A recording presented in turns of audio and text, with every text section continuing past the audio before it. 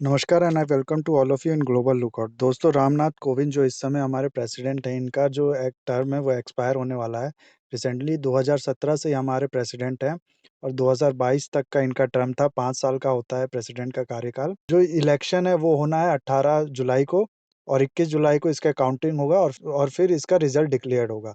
2 जो prominent candidate है इस समय प्रेसिडेंट के लिए वो है द्रौपदी मुर्मू, जिसको एनडीए और बीजेपी सपोर्ट कर रही है, और फिर दूसरी तरफ है यशवंत सिन्हा, जो एक टाइम पे बीजेपी के एमपी थे और फिर फाइनेंस मिनिस्टर भी रह चुके हैं इंडिया के। इनको जो कांग्रेस है और एआईटीसी पार्टी ये सब बैक कर रही है। तो अगर आप प्रिडिक्शन की बात करें मैथमेटिकल कैलकुलेशन पे, तो ये बहुत हद तक ये चांसेस है कि द्रौपदी मुर्मू वही हमारी होंगी अगली प्रेसिडेंट। लेकिन इस वीडियो का ये टॉपिक नहीं है। इस वीडियो का टॉपिक ये है कि प्रेसिडेंट इलेक्शन होता कैसे है और इसका प्रोसेस क्या है, कौन-कौन इसमें वोट करता है, कौन-कौन नहीं करता है। इन सब सवाल का आंसर और भी बहुत कुछ जानने को मिलेगा आपको इस वीडियो में। बस आपको एंड तक इस वीडियो में बने रहना है, और अगर आपको लगे कि इस वीडियो ने आपके टाइम में कोई वैल्यू ऐड किया है, तो इस वीडियो को लाइक करना है, कमेंट करना है, फीडबैक देना है कमेंट में, और चैनल को सब्सक्राइब करना है और शेयर भी करना है वीडियो को। सबसे पहले पार्ट 5 ऑफ द कॉन्स्टिट्यूशन, जिसमें आर्टिकल 52 से लेके 78 तक आते हैं, ये डील करता है यूनियन एग्जीक्यूटिव से। यूनियन एग्जीक्यूटिव में जो सबसे हाईएस्ट ऑफिसर होता है वो होता है प्रेसिडेंट का। प्रेसिडेंट जो है फर्स्ट सिटीजन ऑफ स्टेट होते हैं, ये हेड ऑफ द स्टेट भी होते हैं। साथ ही साथ इनको sign of unity and integrity की तरह देखा जाता है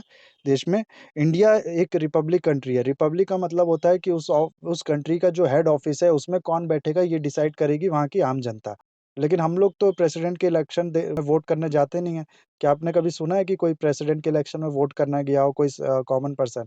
ऐसा नहीं होता है। तो फिर क्यों हम लोग ऐसा कहते हैं कि इंडिया जो है वो एक रिपब्लिक कंट्री है? देखो देखो क्या होता है ना, कि जो पार्लियामेंट्री फॉर्म ऑफ गवर्नमेंट होती है उसमें जो प्रेसिडेंट होता है उसके पास एक बहुत लिमिटेड पावर होती है। वो एक तरह से नॉमिनल हेड होता है, केवल दिखाने के लिए हेड होता है। ठीक है, जो रियल पावर होती है वो होती है वो प्राइम मिनिस्टर के पास, या प्रीमियर कह ले, या इस अलग अलग देश में थोड़ा अलग अलग नाम मिलेंगे, तो उनके पास होती है मेन पावर। वो होता है real head of the country. तो इंडिया में भी कुछ ऐसा ही है। इंडिया में जो रियल पावर है वो प्राइम मिनिस्टर के पास है। तो अगर आप सोचो कि अगर हम लोग प्रेसिडेंट के लिए वोट करने जाएं, दूसरी तरफ हम लोग पार्लियामेंट है उसके वोट में पार्टिसिपेट करने जाते हैं, जो डिसाइड करता है कि कौन प्राइम मिनिस्टर बनेगा। तीसरा, हम लोग स्टेट असेंबली के लिए भी वोट करते हैं।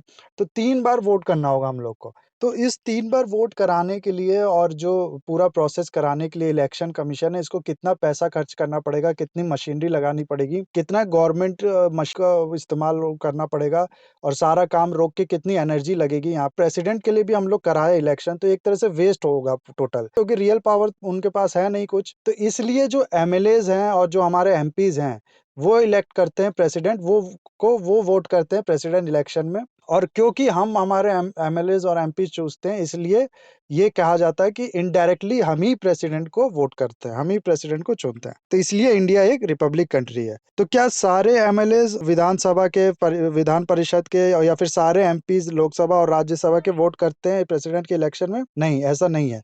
देखो, प्रेसिडेंट को इलेक्ट करने के लिए जो लोग वोट करते हैं उनको हम लोग कहते हैं member of electoral collage of for president election. तो कौन कौन मेंबर होता है इलेक्टोरल कोलाज का? सबसे पहले तो elected member of Lok Sabha and Rajya Sabha. उसके बाद होते हैं स्टेट लेजिस्लेटिव असेंबली के इलेक्टेड मेंबर। ध्यान रहे, लेजिस्लेटिव असेंबली की बात कर रहा हूं मैं, जिसका मतलब है कि विधान परिषद की बात नहीं कर रहे हैं हम लोग, केवल विधानसभा की बात कर रहे हैं। किसी भी स्टेट में अगर 2 हाउस होंगे वहाँ के लेजिस्लेचर में, तो जो विधान परिषद होगा वो वोट नहीं करेगा, केवल लेजिस्लेटिव असेंबली यानी विधानसभा के लोग ही वोट करेंगे। तीसरा, जो यूटी है, यूनियन टेरिटरी है दिल्ली और पुदुचेरी की, वहाँ के भी जो इलेक्टेड मेंबर हैं, वहाँ के भी लेजिस्लेटिव असेंबली के जो इलेक्टेड मेंबर हैं वो वोट करेंगे प्रेसिडेंट को इलेक्ट करने के लिए। देखो क्या होता है ना, कि हम लोग कई बार कोई चीज पढ़ते हैं तो बहुत से जो शब्द हैं उनको इग्नोर कर देते हैं। तो इन सब में मैंने बार बार यूज किया है शब्द इलेक्टेड वर्ड का। इलेक्टेड वर्ड का मतलब है कि कोई भी जो राज्यसभा का मेंबर हो, लोकसभा का मेंबर हो, या स्टेट लेजिस्लेटिव असेंबली का मेंबर हो, दिल्ली और पुदुचेरी की असेंबली का मेंबर हो, जितने भी नॉमिनेटेड मेंबर होंगे वो पार्टिसिपेट नहीं करेंगे। सिर्फ वही पार्टिसिपेट करेंगे जो इलेक्टेड होंगे। आपको पता होगा कि प्रेसिडेंट कुछ मेंबर इलेक्ट करता है लोकसभा में, ऐसे ही गवर्नर भी स्टेट लेजिस्लेटिव असेंबली में कुछ मेंबर इलेक्ट करता है, राज्यसभा में भी प्रेसिडेंट कुछ मेंबर इलेक्ट करते हैं। तो ये जो नॉमिनेट करते हैं, तो ये जो नॉमिनेटेड मेंबर हैं ये नहीं करेंगे, नहीं पार्ट लेंगे इलेक्शन में, प्रेसिडेंट के सिर्फ इलेक्टेड मेंबर लेंगे। इसके बाद कॉन्स्टिट्यूशन कहता है कि जितनी हद तक पॉसिबल है एक तरह से यूनिफॉर्मिटी होनी चाहिए between scale of representation of different state. यानी हर स्टेट का जो वोट होगा, हर स्टेट के जो एमएलएज वोट करेंगे उनका जो कम्युलेटिव वोट होगा उनमें एक तरह से इक्वलिटी होना चाहिए। ठीक है, ऐसा नहीं है कि किसी स्टेट का रिप्रेजेंटेशन ज्यादा होना चाहिए, किसी स्टेट का कम होना चाहिए। ठीक है, तो इसके लिए एक फॉर्मूला बनाया गया है कि जो एमएलएस के वोट होगा उसका वैल्यू होगा total population of the state divided by total number of elected member of that state legislative assembly. इस पूरे को डिवाइड करेंगे 1000 से, तो जो वैल्यू निकल के आएगी उस वो वैल्यू होगी एक एमएलए के वोट के उस स्टेट के। साथ ही साथ कॉन्स्टिट्यूशन ये भी कहता है कि एक पैरिटी होना चाहिए बिटवीन सारे जो एमएलएज हैं उनके वोट में और जितने एमपीज वोट करेंगे उनके वोट में। तो इसके लिए जो एमपी के वोट की वैल्यू है वो निकाली जाती है एक फॉर्मूला से, जो है कि जो एमएलए के टोटल वोट की वैल्यू होगी उसको डिवाइड कर देंगे टोटल नंबर ऑफ वो पार्लियामेंटेरियंस जो एलिजिबल हैं इस इलेक्शन में पार्टिसिपेट करने के लिए, उनके नंबर से डिवाइड कर देंगे total value of MLAs vote को। तो फिर जो वैल्यू आएगी वो वैल्यू होगी एक एमपी के वोट की। इस वैल्यू के हिसाब से सब लोग वोट करते हैं और फिर जो कैलकुलेशन है वो होता है रिजल्ट, उसके बाद रिजल्ट डिक्लेयर होता है। कैलकुलेशन में जो सबसे पहले कोटा अचीव कर लेगा वो डिक्लेयर हो जाता है विनर और वो बनता है हम लोग का प्रेसिडेंट। कोटा डिटरमाइन होता है एक फॉर्मूले से, जो है total number of valid votes divided by number of seats plus 1।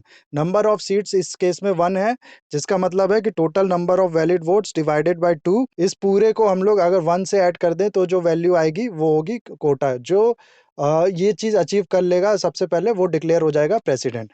लेकिन क्या हो अगर कोई भी कोटा अचीव नहीं कर पाता है, तो देखो क्या होता है, प्रेसिडेंट का जो इलेक्शन होता है वो होता है basis of proportional representation, single transferable vote, secret ballot के हिसाब से। सीक्रेट बैलेट तो हम लोग समझ गए कि चलो कोई जो वोट करेगा उसका नाम नहीं लिखा होगा तो आप लोग पता नहीं कर सकते कि किसने ये वोट किया है। ठीक है, एक तरह से सीक्रेट होगा, वो अपना वोट सीक्रेट रखेगा और सीधे जाके डाल देगा। तो सिंगल ट्रांसफरेबल वोट का मतलब क्या होता है कि मान लो जो वोटिंग हुई, वोटिंग के बाद कैलकुलेशन हुआ और इसमें कोई भी कोटा अचीव नहीं करता है, अगर किसी ने कोटा अचीव कर लिया तो वो तो डिक्लेयर हो जाएगा प्रेसिडेंट। ठीक है, लेकिन अगर इन केस की किसी को भी पूरा कोटा नहीं अचीव कर पाता है तो क्या होगा कि जो इलेक्शन होता है उसमें ये जो एमपीज और एमएलएज होते हैं ये सिर्फ वोट नहीं करते हैं, ये अपना प्रेफरेंस डिनोट कर देते हैं कि जो सबसे प्रेफर आदमी है उसके आगे लिख देंगे 1। जैसे आप वोट कर रहे हो तो आपका जो मोस्ट प्रेफरेबल कैंडिडेट होगा उसके आगे आप लिख दोगे 1 और जो उसके बाद होगा उसको आगे लिखोगे आप 2। ठीक है, ऐसे ही जो थर्ड नंबर पे होगा उसके आगे लिख दोगे 3। तो आपको इसमें सिर्फ एमपीज एमएलए से सिर्फ नाम लिख के बैलेट में नहीं डालते अपना वोट, ये प्रेफरेंस लिख के डालते हैं कि सबसे 1 में ये प्रेफरेंस, सेकंड में ये प्रेफरेंस, थर्ड में ये प्रेफरेंस। तो उसके बाद क्या होता है कि मान लो सबका पहला कैलकुलेशन हुआ, सबका पहला प्रेफरेंस जोड़ लिया गया और इसके बाद क्या हुआ, कैलकुलेशन में किसी को भी कोटा नहीं मिला। तो जो फर्स्ट राउंड था उसमें जिसको सबसे कम वोट मिलता है, जिसको सबसे कम फर्स्ट प्रेफरेंस मिलता है लोग वोटर्स का, उसको एलिमिनेट कर दिया जाता है और जिन लोगों ने भी उसको वोट दिया है उनका सेकंड प्रेफरेंस जोड़ा जाता है कि सेकंड प्रेफरेंस इन वोटर्स ने किसको दिया है, और ये जो वाला जो वोट है उसके अकॉर्डिंगली कैंडिडेट्स के अकाउंट में जोड़ा जाता है। जैसे मान लीजिए ए बी और सी 3 वो थे कैंडिडेट्स थे एक पोस्ट के लिए, तो सी को सबसे कम वोट मिले थे तो सेकंड राउंड में सी को एलिमिनेट कर दिया जाएगा रेस से। सी को जिन लोग ने वोट दिया है उनका जो सेकंड प्रेफरेंस था, मान लीजिए कि कईयों का सेकंड प्रेफरेंस ए था, कईयों का सेकंड प्रेफरेंस बी था, तो इसको जिनका ए था उसको ए के अकाउंट में जोड़ दिया जाएगा और जिसका बी था उसको बी के अकाउंट में जोड़ दिया जाएगा। फिर कैलकुलेट किया जाएगा, सेकंड राउंड में किसी को कोटा मिल जाता है तो वो डिक्लेयर हो जाएगा, विनर डिक्लेयर हो जाएगा। अगर इस राउंड में भी नहीं हो पाता है तो फिर क्या होता है, फिर इसी तरह थर्ड राउंड होता है इसमें जो। तो ऐसे केस में क्या होता है, देखो इसमें तो हमारे एग्जाम्पल में तो 3 लोग थे तो सेकंड राउंड में निकल जाएगा ही रिजल्ट। लेकिन ऐसे केस में क्या होता है, मान लो 5-6 लोग हो तो भी जो एंड रिजल्ट है वो आना तय है और एंड में कोई ना कोई विनर जो है वो डिक्लेयर हो ही जाएगा। तो इस तरह से होता है प्रेसिडेंट का पूरा इलेक्शन। इसके बाद कॉन्स्टिट्यूशन में प्रेसिडेंट की क्वालिफिकेशन भी दी गई है कि ये क्वालिफिकेशन होना चाहिए प्रेसिडेंट के पास। तो सबसे पहले तो वो सिटीजन होना चाहिए, 35 साल से ज्यादा की उसकी उम्र होनी चाहिए, लोकसभा के मेंबर बनने के लिए वो एलिजिबल हो। तो जो लोकसभा के मेंबर बनने के लिए क्वालिफिकेशन चाहिए होती है वो इसमें भी चाहिए होनी चाहिए उसके पास। साथ ही साथ कोई ऑफिस ऑफ प्रॉफिट उसके पास नहीं होना चाहिए, यूनियन गवर्नमेंट, स्टेट गवर्नमेंट या फिर लोकल अथॉरिटी के अंडर। साथ ही साथ ये भी जान लीजिए कि जो प्रेसिडेंट है उसका नाम प्रपोज करने के लिए 50 इलेक्टर जो है वो एज अ प्रपोजर चाहिए होते हैं और 50 एज अ सेकेंडर चाहिए होते, ठीक है। तो 100 लोग उसका नाम प्रपोज करते हैं। कैंडिडेट को 15,000 रुपए की राशि जमा करनी पड़ती है आरबीआई के पास, वो वापस उसको मिल जाती है अगर उसने 1/6 से ज्यादा vote at least achieve, total vote का 1/6 भी नहीं अचीव किया है तो वो राशि पूरी जमा हो जाती है, वो वापस नहीं मिलती है उसको। फिर अगर प्रेसिडेंट को रिमूव करना हो तो क्या प्रोसेस है कि प्रेसिडेंट को रिमूव करने के लिए उसको 14 दिन पहले नोटिस दिया जाता है। उसके बाद जो चार्जेस है वो मूव किया जाता है। कॉन्स्टिट्यूशन में ये मेंशन है कि प्रेसिडेंट को रिमूव किया जा सकता है फॉर वायलेशन ऑफ कॉन्स्टिट्यूशन, लेकिन कॉन्स्टिट्यूशन में ये नहीं बताया गया है कि वायलेशन ऑफ कॉन्स्टिट्यूशन का मतलब क्या है। चार्जेस हैं वो मूव किया जाता है प्रेसिडेंट के अगेंस्ट। ये किसी भी हाउस में हो सकता है, पार्लियामेंट के, राज्यसभा और लोकसभा। स्टेट लेजिस्लेटिव असेंबली जहाँ जो इसको प्रेसिडेंट को इलेक्ट करने में पार्टिसिपेट करती है, वोट देती है, वहां पर प्रेसिडेंट को रिमूव का प्रोसेस नहीं शुरू हो सकता है।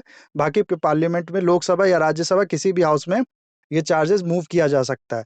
इस चार्जेस को 1/4 मेंबर के द्वारा साइन होना चाहिए। के बाद जो है इस चार्जेस पे वोटिंग होता है, जिसको 2/3 ऑफ द मेंबर अगर हाउस के कह देते हैं कि ठीक वोट कर देते हैं इसके फेवर में, तो ये दूसरे हाउस में भेजा जाता है और वहां भी फिर इसको 2/3 of member of the house जो है उतनी मेजोरिटी इसको मिलनी चाहिए। 2/3 of the member of house total जो है इसको सपोर्ट करते हैं और वोट करते हैं इसके फेवर में, तो प्रेसिडेंट इम्पीच हो जाएगा, फिर से उनको निकाल दिया जाएगा। साथ ही साथ अगर सुप्रीम कोर्ट कह देता है कि जो इलेक्शन है इस वॉइड है प्रेसिडेंट का, तो भी क्लियर हो जाएगा और जो प्रेसिडेंट उस इलेक्शन से इलेक्ट हुए थे वो ऑफिस में नहीं बैठ पाएंगे, अनएलिजिबल हो जाएंगे आगे ऑफिस में बैठने से।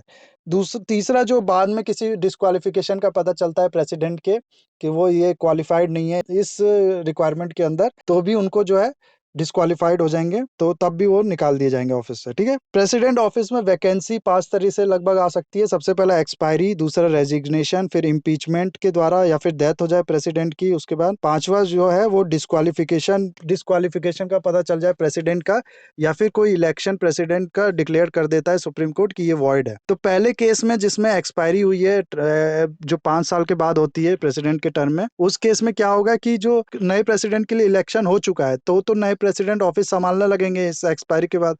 अगर ये किसी वजह से इलेक्शन नहीं हो पाता है तो वही प्रेसिडेंट, पुराने प्रेसिडेंट ही कंटिन्यू करेंगे। और बाकी के चारों केस में कॉन्स्टिट्यूशन है वो कहता है कि 6 मंथ के अंदर इलेक्शन हो जाना चाहिए और तब तक वाइस प्रेसिडेंट या चीफ जस्टिस ऑफ इंडिया या फिर सीनियर मोस्ट जज ऑफ सुप्रीम कोर्ट वो ऑफिस संभालेंगे।